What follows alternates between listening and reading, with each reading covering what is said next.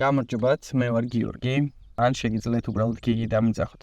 რა ხდება დღეს? დღეს მინდა რომ ჩემი YouTube არხი გავაკეთო, სადაც უკვე ვრცლად ვისაუბრებ ბევრ სხვადასხვა თემასთან დაკავშირებით და არ ვიქნები რაღაც მცირე წუთნახევრიან ან სამ ფორმატში მოქცეული, როგორც Instagram-ს და Facebook-ის ალგორითმს აქვს. პირველ რიგში მინდა რომ გაგეცნოთ, ვარ 32 წლის, მუშაობ IT სფეროში, 12 წელზე მეტი მაქვს სხვადასხვა სფეროში გამოცდილება, თუმცა სამშენებლო სფეროში ჩემს ცხოვრებაში არ უცებ საყოფილო. რაც იმის ნიშანი არის, რომ შეუძლებელი არაფერი არ არის არც ერთი ადამიანისთვის, მთავარია სრული დამონდომება, უბრალოდ გაერკვეთ რაღაც დეტალებში. რა უნდა ვიცოდეთ, როცა ვყიდულობთ მიწას? პირველ რიგში სტატუსი. არის სამი სტატუსი. სასოფლო-სამეურნეო, რომელიც გაცილებით იაფია, მაგრამ ნებართვისაგება ცოტა რთული არის. არასასოფლო-სამეურნეო, ან ინდუსტრიული ზონა, სადაც ნებართვისაგება უფრო მარტივი არის, რა თქმა უნდა, მაგრამ ფასი გაცილებით ძვირია. ასევე არის რეკრეაციული ზონა, სადაც ან შეუძლებელია ნებართვისაგება, ან ძალიან ისეთი პირობები უნდა დააკმაყოფილოთ, სადაც ძალიან ბევრი თანხა დაიჭდებათ ეს ყველაფერი. ეს არის მოჩვენებითი გეოდეზია და რეალური გეოდეზია და რა ხდება ამ შემთხვევაში. ხდება მიწის კოეფიციენტის გამოთვლა, რამდენად დიდი შენობის აშენება შეიძლება. ხშირ შემთხვევაში აკეთებენ ხოლმე ძალიან ზერელედ, აი გვერდზე სახლი არის და მეზობელს ეკითხებიან, აი ნიადაგი როგორია და ამის საფუძველზე საძირკველი როგორი გამოვა. თუმცა თუ არის რამე რისკ ფაქტორი, ხართ კლდოვან ადგილას ან შემდეგ ხევი იწდება, არასოდეს არ ენდოთ ესეთ კვლევას. ჯობია რომ თანხა მეტი გადაიხადოთ, კვლევას სრულყოფილი გააკეთებინოთ და უსაფრთხოდ იცხოვროთ. წინააღმდეგ შემთხვევაში შეიძლება იმ ხევში თქვენ თვითონვე ჩასრიალდეთ, შეიძლება დღეს არა ხვალ არა, მაგრამ 5 წელიწადში. აი ზუსტად ესეთ სიტუაციები რო აირიდოთ, გჭირდებათ კომპეტენტური ხალხი. ზუსტად ესეთ საკითხებით არის ამ შემთხვევაში მირანდა დაკავებული და შემიძლია მისი ნომერი მოგცეთ თუ დაგჭირდებათ. შემდეგი რაც შეეხება ახლა უკვე საბუთების მოწესრიგებას და ნაკვეთის გადამოწმებას. მარტივად რო ვთქვათ, თქვენ თვითონაც შეგიძლიათ, არის Maps.go.g, Napper.go.g, რამდენიმე ვებგვერდი, რომელსაც მიუთითებ კომენტარების სახით. თუ გაქვთ საკადასტრო კოდი, ამ შემთხვევაში შეგიძლიათ მოიძიოთ ეს მიწა სად მდებარეობს, გადის თუ არა ახლომახლოს წყალი, გადის თუ არა ახლომახლოს გაზი, გადის თუ არა ახლომახლოს დენი. ამ ვიდეოსაც პარალელურად, აი ზუსტად აი აქ ჩავსვავ, როგორ უნდა მოიძიოთ და როგორ უნდა გადაამოწმოთ არის თუ არა კომუნიკაციები ამ შემთხვევაში ნაკვეთთან ახლოს. იცით თქვენი საკადასტრო კოდი როგორც მე.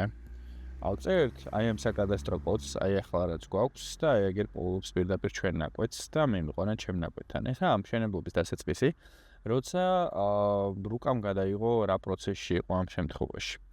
შემდეგი რაც ვაკეთებთ, ცოტა უკან გამოვდივართ და გვაინტერესებს სად იქნება აქ გზა.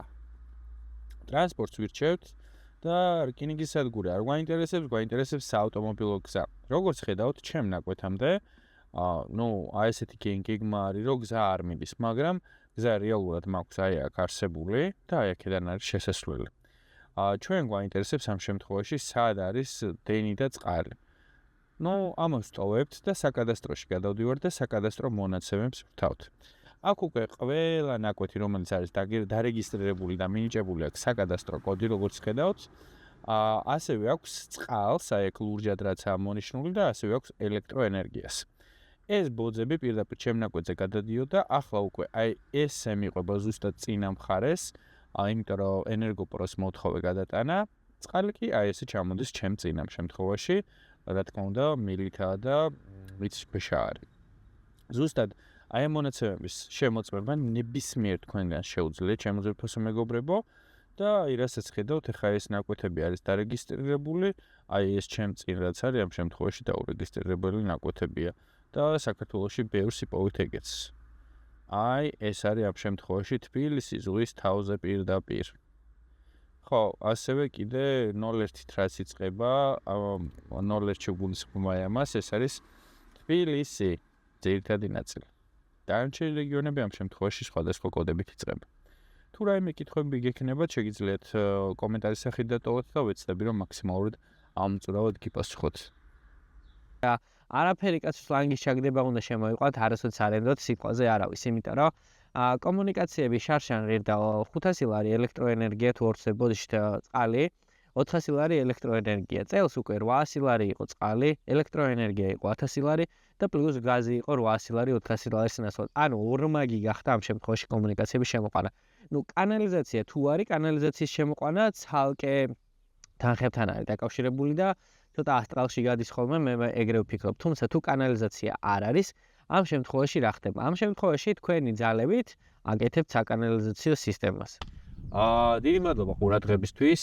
ეს არ იქნება ბოლო ვიდეო, ყოველ კვირაში ვეცდები, ანუ კვირაში ერთხელ დავდო ესეთი ტიპის ვიდეო, სადაც მოგახსენებთ უკვე საძირკვლის ჩასყიდან საფუძვლიანად როგორ უნდა მიხვიდეთ ამ შემთხვევაში მონოლითური კარკასის დასრულებაზე და პარალელურად როგორ უნდა გააგრძელოთ სახლის მშენებლობა.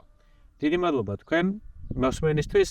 იმედი მაქვს მოგეწონათ ვიდეო, გაუზიარეთ მეგობრებს, ნაცნობებს, იმ ხალხს, ვისაც აინტერესებს, პლუს ამას გამოიწერეთ ჩემი არხი.